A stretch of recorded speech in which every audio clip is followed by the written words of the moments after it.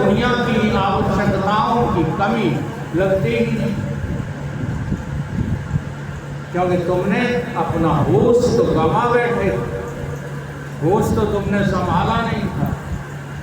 अगर होश संभाला होता तो जाने कब की जो है इस बात को जान चुके होते कि हम इस दुनिया के संबंधी नहीं हैं। दुनिया से मेरा कोई संबंध नहीं, दुनिया से संबंध केवल स्थूल शरीर का है जो तुम्हारा वाहन है। एक और जो है श्लोक के द्वारा, श्लोक तो हम बोलते नहीं क्योंकि हम संस्कृत के विद्यार्थी नहीं रहे, तो हम पंडित लोगों से क्षमा भी मांग लेते हैं कि तुम लोग विद्वान हो, हम विद्वान तो हैं नहीं, हम तो केवल गुरु के भक्त रहे हैं और उसी भक्ति ने हमको वो अमृत दे दिया है जिसकी दुनिया तलाश करती फिरती हो। तो ये शरीर तुम्हारा क्या है? रथ है। रथ माने कार। हाँ, तुम कौन हो? साकार। मतलब कार में जो बैठे हो वो तुम हो, इसलिए तुम्हारा नाम ही क्या है? साकार। तुम ही साकार। और तुम ही जब इस कार को छोड़ देते हो तो सपने में निराकार हो जाते, बिना कार के हो जाते। सपने में तुम्हारे पास कार ही नहीं है, परंतु इतने संस्कारित हो इस कार के, इस कार के तुम इतने आसक्त हो कि सपने में न होने पर भी हम झूठ बोल रहे हो तो बता दो, चारपाई पे पड़ा है कार तुम्हारी, कहाँ पड़ी है? रथ चारपाई पे पड़ा है, तो तुम इसको छोड़ के स्वप्न में एक नई कार तैयार कर लेते? नहीं कर लेते। फिर उस कार में सवार हो जाते हो, वहां भी निराकार साकार हो जाता है। तो तुम ही निराकार हो, तुम ही साकार हो, इसका अनुभव कभी करते ही नहीं, इसलिए परमात्मा पे तुम जगह छेड़ देते हो कि परमात्मा साकार नहीं है, परमात्मा निराकार नहीं है। अरे भैया, जब तुम ही निराकार और साकार नहीं हो तो परमात्मा कैसे निराकार साकार हो जाएगा? तुम पहले अपने को तो जानो। तो रथ है ये हमारा, हम इसके रथी हैं और बुद्धि हमारी सारथी, मन मेरा लगाम है। कठोपनिषद का सूत्र है। इंद्रियां हमारे घोड़े हैं और जो विषय शब्द स्पर्श रूप रसगंध, इनको हम चलते रहते हैं, ये घोड़ों का चारा है। इस तरह से इस रथ का निर्माण हुआ है। तो रथी जब सारथी को ठीक चुनता है, अब देखो ये महाभारत की कथा है, तो ये समय हम जो है बता देना, क्योंकि हम भी समय का नाजायज लाभ नहीं उठाते हैं। जब आपको लगे कि ज़्यादा हो रहा है ओवर, तो इशारा भर कर हम वहीं फुल स्टॉप लगा दें। तो जो है ये महाभारत की कथा है कि अर्जुन के सारथी हैं कौन? कृष्ण। और कर्ण के सारथी कौन है? शल्य। और दोनों शब्दों के अर्थ जरा गहराई से देख। हम महाभारत की, पुराणों की, भागवत की, शिव पुराण आदि की कथाओं को केवल सुनते हैं और मनोरंजन करते हैं। इन कथाओं का कोई सार है? कथाएं गप्पे हैं, ये कभी हम विचार ही नहीं करते। इसलिए आज पुराण बदनाम हो गए, हजारों भागवतें चल रही हैं और अनाचार, अत्याचार, अधर्म बढ़ता ही जा रहा है। क्यों? क्योंकि उनकी जो सार वस्तु है वो समझाने में समर्थ नहीं है ये आचार्य लोग। यहाँ इसकी ट्रेनिंग चलती है भाई साहब, ये बड़ा क्रम से बोलते हैं, ये तुम लोगों को प्रसन्न चित्त कर देते हैं, तुम्हारे ऊपर इनका जादू चल जाता है और तुम मंत्रमुग्ध हो जाते हो, क्योंकि इसकी ट्रेनिंग ये कराते हैं। ये भागवत सुनाने की जो है अलग स्कूल चल रहे हैं जहाँ शुल्क लगता है ट्रेनिंग लेने का। क्यों? क्योंकि भागवत की ट्रेनिंग लेकर के पुराणों की ट्रेनिंग लेकर के जो लोग आते हैं समाज में तो फिर सुनाते हैं, उनकी आमदनी का पार नहीं है। इंजीनियर क्या कमाएगा बेचारे, ये शिक्षक, हाँ एजुकेशन लाइन वाले, हॉस्पिटल लाइन वाले, फौजी, ये क्या कमाएंगे? इनकी आमदनी लाखों रुपए की है, 7-7 दिन में नहीं देख रहे। इसलिए ये ट्रेंड होते हैं और इनकी ट्रेनिंग में हम लोग बुद्धू बन करके फंसे। इसलिए समाज में धर्म का अनिष्ट हो गया है। आज धर्म देखने को नहीं रहा,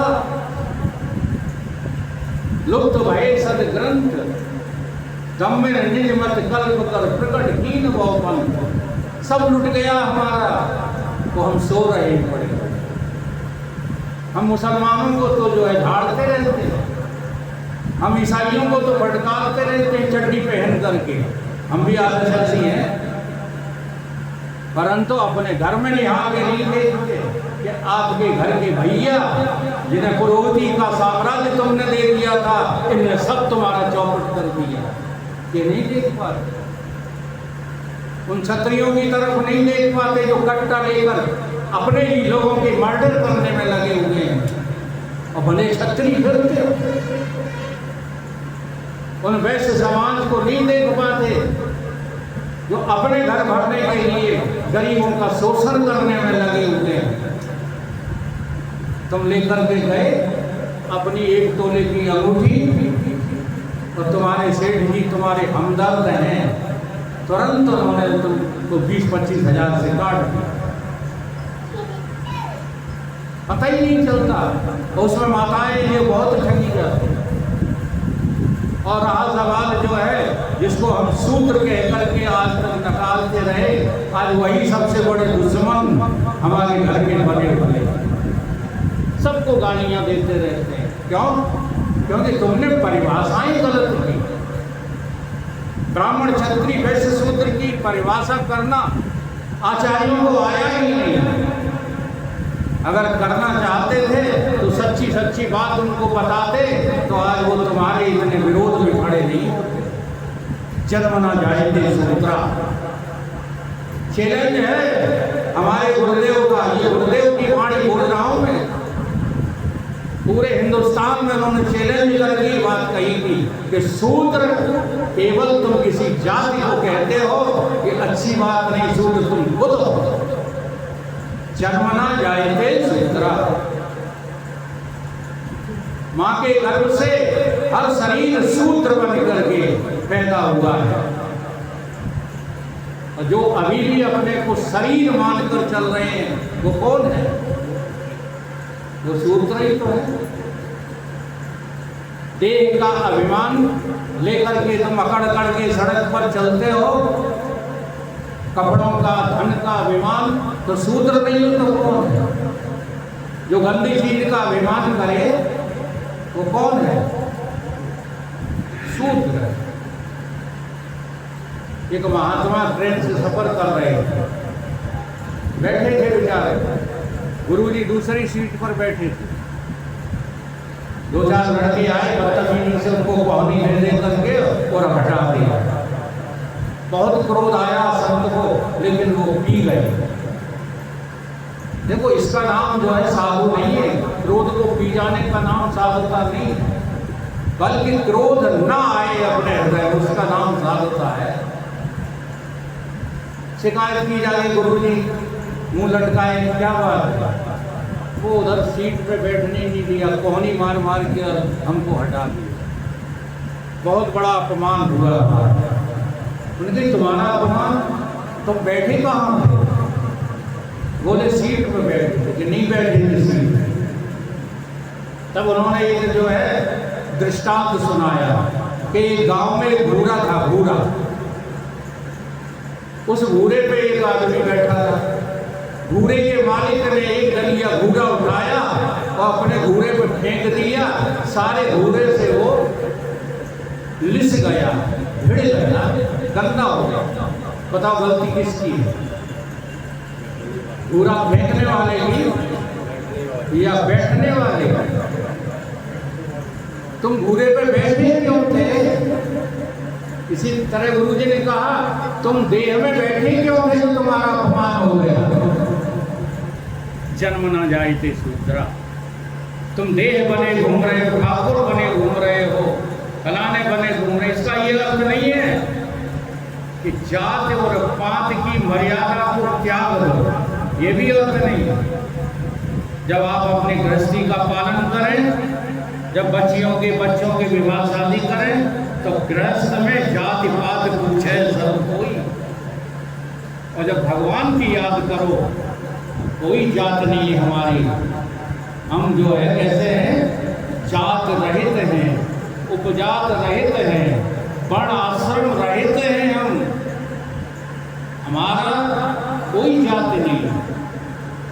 हरि को भजन सो हरि को, कोई जात पात पूछे नहीं। तो हम शरीर से शूद्र हैं, जन्म ना जाए थे शूद्रा, संस्कारे दुज पूछते। ये लोग हमसे लड़ जाते हैं, यहाँ सभा का बहिष्कार करके भागने लगते हैं, क्योंकि सच्ची बात सहन नहीं होती। जब गुरुदेव के पास गए तब गुरुदेव ने कहा क्या तुम शरीर नहीं हो, ये संस्कार डाला तुम्हारे अंदर, तुम 3.5 हाथ का शरीर नहीं हो। इसको कहते हैं द्विज। तुम्हारा दूसरा जन्म हुआ तब तुम पवित्र हुए, तब तुम शूद्रता से मुक्त हुए। संस्कारे द्विज उच्यते। वेद पाठी च विप्रहा, जब तुम वेदों में प्रवेश किए, जब तुमने वेदों की बातों को पालन करना शुरू किया, रटना शुरू नहीं किया, उनको पीना और जीना शुरू किया, तब तुम ही विप्र हो गए, तुम ही विप्र हो। और आगे चल करके कठिन पुरुषार्थ के द्वारा तुमने जान लिया कि मैं ब्रह्म के अलावा और कुछ हूँ नहीं, तो ब्रह्म जाने ते राम राम। अब इस बात को आचार्य सुना पाते, तुम ही शूद्र हो, तुम ही क्षत्रिय हो, तुम ही वैश्य हो, तुम ही ब्राह्मण हो। ये जातियों का बंटवारा तो हमने अपने ढंग से कर लिया है। अब जब समाज में मर्यादाएं जो है पालन हो रही हैं तो उन्हें करते रहो, उनका जो है ऑब्जेक्शन मत उठाओ। क्षत्रियों को विवाह शादी क्षत्रियों में करना चाहिए, वैश्यों को वैश्यों में, और अनुसूचित जनजाति को अनुसूचित जनजाति में करना चाहिए। हो ही रहे हैं, उसके लिए कोई तैयार नहीं हो, लेकिन जबरदस्ती हम जातिवाद नहीं मानते, मानते जैसे नहीं मानना पड़ेगा। केवल आप समझ लो कि जीव आत्मा जो होती है वो जाति पाति वर्ण आश्रम से रहित होती है, वो शरीर वाली होती है। जब वो अपनी बुद्धि में भगवान को बिठालते हैं तो सारथी उस रथ को, भगवान उस रथ को अपनी ओर खींच के ले जाते हैं। और जब वो शल्य को बिठा लेते हैं तो शल्य का काम ही है काटना। और आज सब आचार्यों की बुद्धि में शल्य बैठा हुआ है, इसलिए वो सिखाते हैं भगवान अलग है तुम अलग। शल्य चिकित्सा कर रहे हैं ये लोग, इसलिए अपना सारथी किसको बनाओ? सतगुरुदेव भगवान को बनाओ। और भगवान जब तुम्हारे सारथी होंगे तब तुम्हारा रथ कहाँ जाएगा? भगवान की ओर जाएगा, संसार की ओर नहीं। तब तुम प्रेम से जो है भगवान की वंदना कर सकोगे। और आज भी माता जी की पुण्यतिथि को सार्थक बनाने के लिए हम सभी लोग ऐसे प्रियतम भगवान को, क्योंकि भगवान से ज़्यादा प्रियतम हमारा कोई होना नहीं चाहिए, आज हृदय से वंदना करें। और उसी वंदना को जो है भजन के रूप में सभी लोग दोहराइएगा। राम राघव रमैया तुम्हें वंदना, राम राघव रमैया तुम्हें वंदना, कृष्ण के सबो कन्हैया तुम्हें वंदना, कृष्ण के सबो कन्हैया तुम्हें वंदना, राम राघव रमैया तुम्हें वंदना, राम राघव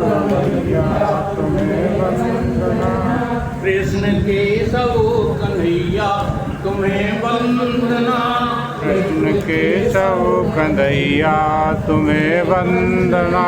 एक आप ही तो चेतन परिपूर्ण हो, एक आप ही तो चेतन परिपूर्ण हो, एक आप ही तो चैतन्य परिपूर्ण हो, एक आप ही तो चेतन परिपूर्ण हो। सब घटों के जनैया तुम्हें वंदना, सब घटों के जनैया तुम्हें वंदना। ओ रमैया तुम्हें वंदना। कृष्ण के सब कन्हैया तुम्हें वंदना, कृष्ण के सब कन्हैया तुम्हें वंदना। अब जरा देख लो, आप चेतन हो कि जड़ हो? अगर आप चेतन अपने को समझ रहे हो तो आप भगवान की ही जो है औलाद हो। जैसे कहा गया, शंकर के विभाग में कहा गया, पंडित ने पूछ दिया भगवान शंकर से, तुम्हारे पिता का नाम क्या है? तो वो चुपचाप हो रहे। अब उनके पिता का कोई नाम हो तो बताएं। तो बोले माता का नाम बताओ। अब माता का कोई नाम हो तो बताएं। कैसे थे वो? मात पिता हीना। अच्छा, आप मात पिता हीन होने को तैयार हो? तुम्हारा भी बाप, हमारा भी बाप, और इन सब का जो अकड़ते रहते हैं इनका बाप एक ही है कि दो है? हम एक बाप की संतान, एक माता पिता की संतान होना पसंद नहीं कर रहे, और भिन्न भिन्न माताओं पिताओं की संतान होकर के सारी दुनिया से द्वंद्व करने में लगे। हम नहीं है। जरा वैज्ञानिकों को पूछो, सबसे पहले ये इंसान कहाँ से आया? तो जवाब नहीं मिलता इनको। पहले इनके पिता वो, उनके पिता वो, उनके पिता वो, उनके पिता वो, आखिरी में नाम ले देंगे स्वयं भू और मन सतरूपा तिनतय भइये सृष्टि अनुपा। उससे मन सतरूपा के पिता माता कौन? अब गाड़ी लग गई। सबके माता पिता जो हैं उन्हीं का नाम क्या है? चेतन। और वो चेतन आपके शरीर में ठसाठस भरा हुआ है। एक चेतन आप ही तो परिपूर्ण हो, एक चेतन आप ही तो परिपूर्ण हो। सब घटों के जनैया तुम्हें वंदना, सब घटों के जनैया तुम्हें वंदना। राम राघव रमैया तुम्हें वंदना, राम राघव रमैया तुम्हें वंदना। कृष्ण के सब कन्हैया तुम्हें वंदना, कृष्ण के सब कन्हैया तुम्हें वंदना। सब जगत के अधिष्ठान आधार तुम, सब जगत के अधिष्ठान आधार तुम। एक रस हो रमैया तुम्हें वंदना, एक रस हो रमैया तुम्हें वंदना। अब ये चूंकि शब्द थोड़ा कठिन है, इसलिए लोग कह देते हैं कि ज्ञानियों से मिलाव मत करो। वो तो बड़े बड़े कठिन शब्द बोल के जो है ज्ञान बघाड़ते रहते हैं। बहुत सरल शब्द हैं अगर इनको तुम जानना चाहो। अधिष्ठान उसको कहते हैं कि जिसके बिना कोई निर्माण रह न सकता। कोई भी निर्मित कार्य जिसके बिना रहे नहीं, उसका नाम अधिष्ठान है। हमारी बात सुनो। और निर्मित हुआ कार्य जिसके ऊपर खड़ा रहता है, उसका नाम आधार।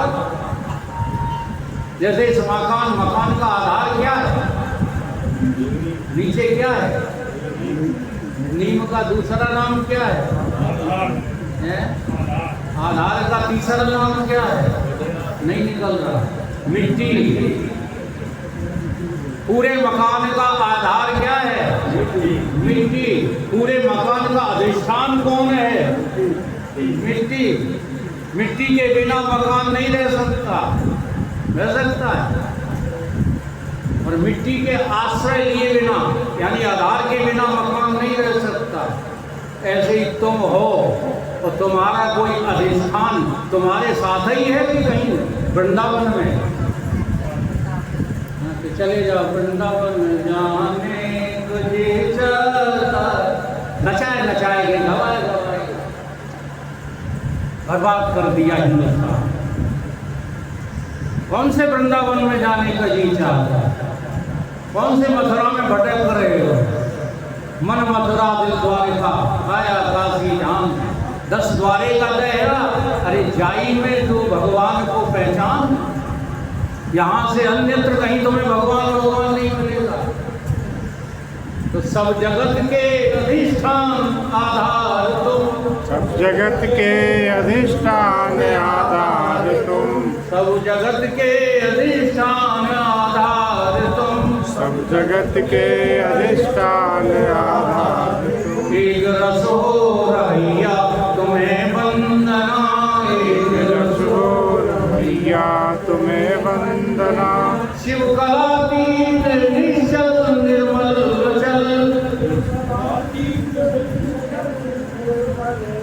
शिव कलातीत निश्चल निर्मल चल, शिव कलातीत निश्चल निर्मल। भक्तों के दुख हरैया तुम्हें वंदना, भक्तों के दुख हरैया तुम्हें वंदना। एक तो सब है तुम्हारे पास, सब सब कहते हैं मुर्दे को, और एक शिव है। बताओ तुम कौन हो, सब हो या शिव हो? अगर शिव हो तो तुम कलाओं से न्यारे हो, इन कलाओं का अभिमान करना छोड़ दो, तुम साक्षात अपने प्रभु के ही पुत्र हो, और तुम कोई हो ही नहीं। चूंकि इन कलाओं का अभिमान तुमने पाल रखा है, जो जिस कला में निपुण हो गया है उसी के अभिमान में जो है जीना सीख जाता है। फौजी फौज से लौटे, केवल फौज की बातें करें, दूसरी बातें ही नहीं करते। ऐसे ही कलेक्टर अपनी कलेक्टरी से इस्तीफा दे के आए समाज में, हम ऐसे करते थे, ऐसे करते थे। तुम जहां जीते रहे हो बस उसी का अभिमान लिए मर जाते हो, इसीलिए घोर नरक में चले जाते। तुम साधु संतों के वचनों का पालन करना सीखो। ये कलातीत हो तुम, सारी कलाओं से तुम अलग। कलाएं तुम्हारी कलाकारी करने के लिए थी, अब कलाकारी बंद, तुम कलाएं हटाओ। क्या करना लेना, रिटायर हो गए कि नहीं हो गए? अब जब रिटायर हो गए हो निवृत्त, तब इससे भी तो निवृत्त होना है। ये बहुत बड़ा मकान हम लिए फिर रहे हैं, इससे निवृत्त नहीं होना। इसलिए हर निवृत्त जो है व्यक्ति को आध्यात्मिक चर्चा सत्संग में दिलचस्पी हो ही जाना चाहिए, क्योंकि यही एक समय है बचने का। नहीं तो सारी जिंदगी हम जो है प्रवृत्ति में उलझे रहते हैं। शिव कलातीत निर्मल निचल चल, भक्तों के दुख हरैया तुम्हें वंदना, भक्तों के दुख हरैया तुम्हें वंदना। राम राघव रमैया तुम्हें वंदना, राम राघव रमैया तुम्हें वंदना।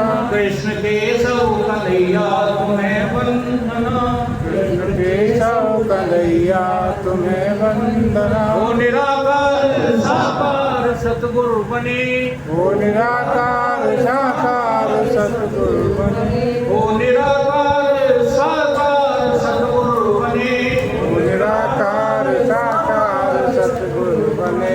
सपने में तुम्हारा कोई आकार था, नींद में तुम्हारा कोई आकार था? नहीं था। और जैसे ही तुमने पंच भौतिक शरीर को पकड़ा कि तुमने आकार धारण कर लिया, अब इसी से शिष्य बन गए, इसी से गुरु बन गए। तो आज गुरु शंकराचार्य ने कहा कि जब तुम्हारी ये बुद्धि सुलझ जाए तब कह देना गुरु न एक शिष्य, चिदानंद रूपा शिवो हम ना गुरु है कोई, ना शिष्य है कोई। लेकिन अभी मत कहना, जब तक सच्चा तत्व समझ में ना आ जाए तब तक शिष्य बन करके और गुरु धारण करना ही चाहिए। वो निराकार साकार सतगुरु बने, वो निराकार साकार सतगुरु बने।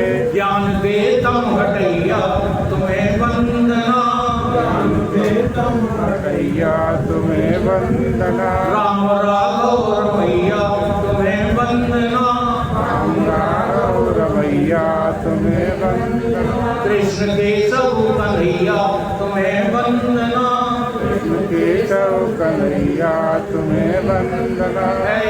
है विनय एक विज्ञान के चित्त में, है विनय एक विज्ञान के चित्त में। प्रभु बसोहर समैया तुम्हें वंदना।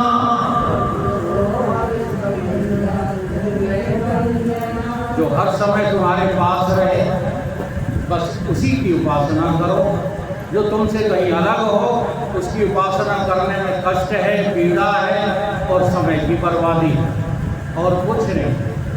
चाहे तुम चारों तीर्थ कर आओ, इदम तीर्थम इदम तीर्थम भ्रमंती तम सहजना, आत्मतीर्थम न जानते मुक्ति न संभव।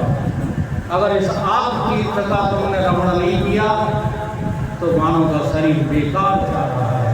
इधर उधर भटकने से अच्छा है कि किसी ज्ञानी गुरु से संपर्क करके और उसी के समर्पित होकर हम अपना काम बना लें। इसी में मानव जीवन की सार्थकता है। बोलिए सतगुरु भगवान की जय।